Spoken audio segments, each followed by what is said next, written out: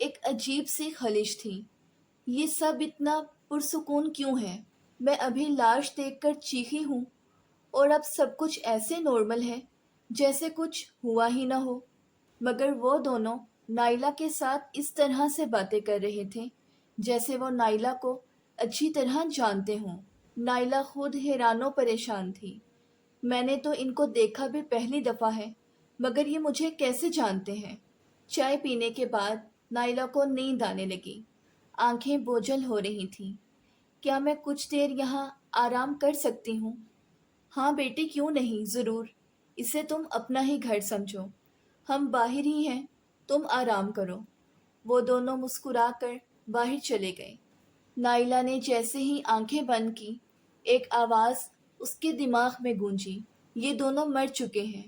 جن سے تم باتیں کر رہی ہو وہ زندہ نہیں ہیں۔ نائلہ جھٹ سے اٹھ بیٹھی، دروازہ کھولا۔ وہ کمرہ جس میں وہ دونوں بیٹھے تھے اب بالکل خالی تھا۔ نہ چائے، نہ میز کرسیاں، سب کچھ جیسے پہلے کبھی تھا ہی نہیں۔ پھر اس نے دیوار پر ایک پرانی تصویر دیکھی جس میں وہی عورت اور مرد تھا، اور نیچے لکھا تھا مرحوم میاں بیوی، انتقال 1984۔ وہ سب کچھ دیکھ کر نائلہ کی ایک بار پھر سے زوردار چیخ نکل گئی۔ نائلہ فوراً وہاں سے واپس دوڑی جہاں صندوق تھا۔ اب وہ صندوق وہاں واپس آ چکا تھا اور اس میں وہ لاش پھر سے موجود تھی۔ نائلہ کا دل زور زور سے دھڑکنے لگا اور اس کی آنکھیں حیرت سے پھیل گئیں۔ اس نے دیکھا صندوق میں جو لاش تھی وہ آہستہ آہستہ اٹھنے لگی تھی۔ چہرے پر اس کے گیلے بال چپکے ہوئے تھے، لباس میلا اور سڑا ہوا تھا۔ لاش اب پوری طرح اٹھ کر صندوق کے کنارے پر بیٹھ چکی تھی۔ اس لاش نے آہستہ سے اپنا سر نائلہ کی طرف گھمایا اور اس کی آنکھوں سے لال رنگ کی تیز روشنی نکل رہی تھی، اور وہ سیدھا نائلہ کی آنکھوں میں دیکھتے ہوئے بولی، تم نے صندوق کا دروازہ کھولا، اب سب کچھ ختم ہو چکا ہے۔ اچانک حویلی لرزنے لگی، دیواروں میں دراڑیں پڑنے لگیں اور موم بتیاں بجھنے لگیں۔ نائلہ خوف کے مارے زور زور سے چلانے لگی، مگر اب حویلی کی چھت غائب ہو چکی تھی، پھر فرش اور پھر دیواریں۔ چند لمحوں میں پوری حویلی دھند میں لپٹ گئی اور پھر مکمل طور پر غائب ہو گئی۔ نائلہ اب کھلے میدان میں کھڑی تھی۔ بارش بند ہو چکی تھی اور ہر طرف سناٹا تھا۔ نہ وہ صندوق، نہ وہ مرد عورت اور نہ ہی وہ لاش، صرف نائلہ اور اس کے دل میں خوف۔ نائلہ گھبرا کر بھاگنے لگی۔ کیچڑ اور پانی سے لت پت راستے پر وہ اپنے دل کی دھڑکنوں سے آگے نکل جانا چاہتی تھی۔ چند منٹوں بعد وہ اپنی گاڑی تک پہنچی۔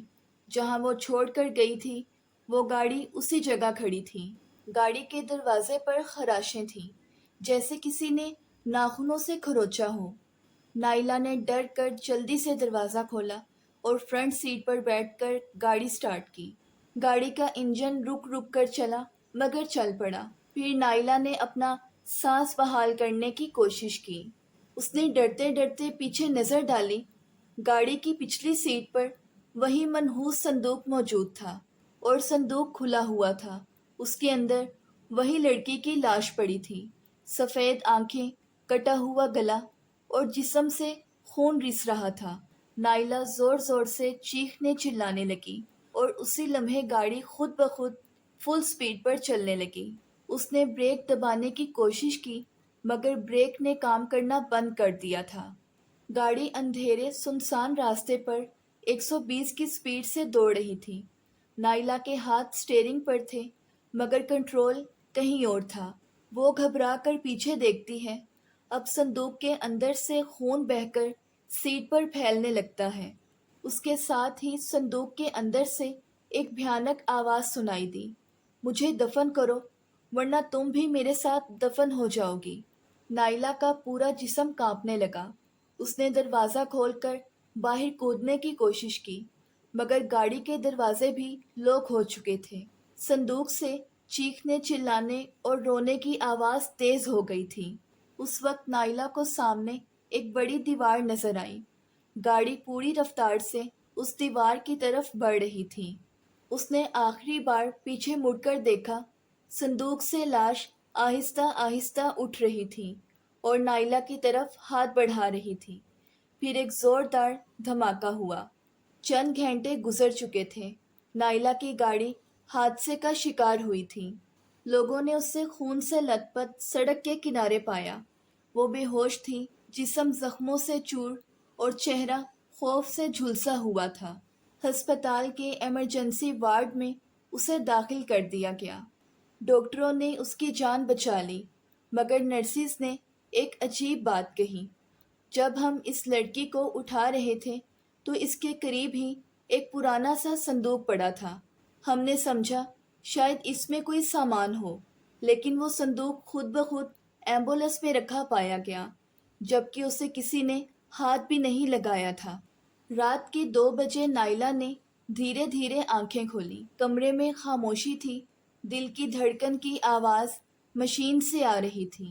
اسے یاد آیا، گاڑی، صندوق، خون اور وہ لاش۔ اچانک اس کی نظر سامنے ٹیبل پر گئی۔ وہی صندوق اب ہسپتال کے وارڈ میں اس کے سامنے پڑا تھا، زنگ آلود بند، اور اس پر وہی جلی ہوئی موم بتی، جس کی روشنی اب بھی ہلکی ہلکی جل رہی تھی۔ اسے دیکھ کر نائلہ چیخنے ہی والی تھی، مگر اس کی آواز گلے میں ہی دبی رہ گئی۔ اور پھر نائلہ نے جلدی جلدی نرس کو بلانے کے لیے کال بیل دبائی۔ جیسے ہی نرس روم میں آئی، نائلہ نے کانپتی انگلی کے ساتھ سامنے ٹیبل کی طرف اشارہ کیا، اور وہ ٹوٹے پھوٹے سے الفاظ بولنے لگی، وہ سامنے وہ صندوق۔ مگر حیرت کی بات یہ تھی کہ ٹیبل اب خالی تھا۔ نرس نے اسے آرام کا کہا اور وہاں سے چلی گئی۔ نائلہ نے دوبارہ آنکھیں بند کرنے کی کوشش کی، مگر جیسے ہی پلکیں جھپکی، صندوق اب اس کے بیڈ پر پاؤں کی طرف پڑا ہوا تھا، اور دھیرے دھیرے اس کا ڈھکن خود بخود کھلنے لگا۔ نائلہ کی سانس رکنے لگی۔ صندوق کے اندر اب وہ لاش موجود نہیں تھی۔ اس بار بس اندر ایک آئینہ رکھا تھا، اور آئینے میں نائلہ کو اپنی جھلک نظر آئی۔ اسے اپنی آنکھوں میں خوف کے سائے نظر آئے، چہرے پر درد، تھکن اور کوئی انجانی اداسی، جیسے صندوق میں جو لڑکی تھی اب نائلہ کے اندر آ چکی ہو۔ اس نے دھیرے سے آنکھیں بند کی، ایک گہرا سانس لیا، اور جب دوبارہ آنکھیں کھولیں، صندوق وہاں سے غائب تھا۔ ہسپتال کا کمرہ پھر سے خاموش تھا، نہ لاش، نہ آواز، نہ موم بتی، اور نہ ہی خون۔ کچھ دن بعد نائلہ صحت یاب ہو کر اپنے گھر لوٹ آئی۔ ماں باپ خوش تھے کہ ان کی بیٹی کی جان بچ گئی۔ محلے والے افسوس کر رہے تھے۔ سب کچھ بظاہر معمول پر آ چکا تھا، مگر نائلہ جانتی تھی اس کے اندر کچھ ٹوٹ چکا ہے۔ وہ ہر روز رات کو اپنے کمرے میں آئینے کے سامنے کھڑی ہوتی اور خود کو تکتے ہوئے بس ایک سوال پوچھتی، کیا میں نائلہ ہوں یا پھر وہ ہوں جو صندوق میں تھی؟ نائلہ نے صندوق کو کبھی دوبارہ نہیں دیکھا، نہ کسی کو بتایا کہ اس کے ساتھ کیا ہوا، لیکن اس کے بعد وہ کبھی سکون کی نیند نہیں سوئی۔ مگر جب بھی روشنی گل ہوتی ہے یا بارش تیز ہوتی ہے تو اسے لگتا ہے جیسے دوبارہ سے صندوق دروازے کے پاس رکھا ہے، بس ایک نظر کی دوری پر۔ کچھ خوف انسان کے اندر ہوتے ہیں جو کبھی مرتے نہیں، بس وہ خاموشی سے انسان کے اندر ہمیشہ کے لیے دب جاتے ہیں۔ تو اگر آپ کو میری آج کی یہ سٹوری پسند آئی ہے تو ویڈیو کو لائک اور چینل کو سبسکرائب کرنا مت بھولیے گا۔ ملتے ہیں نیکسٹ ویڈیو میں، تب تک کے لیے اللہ حافظ۔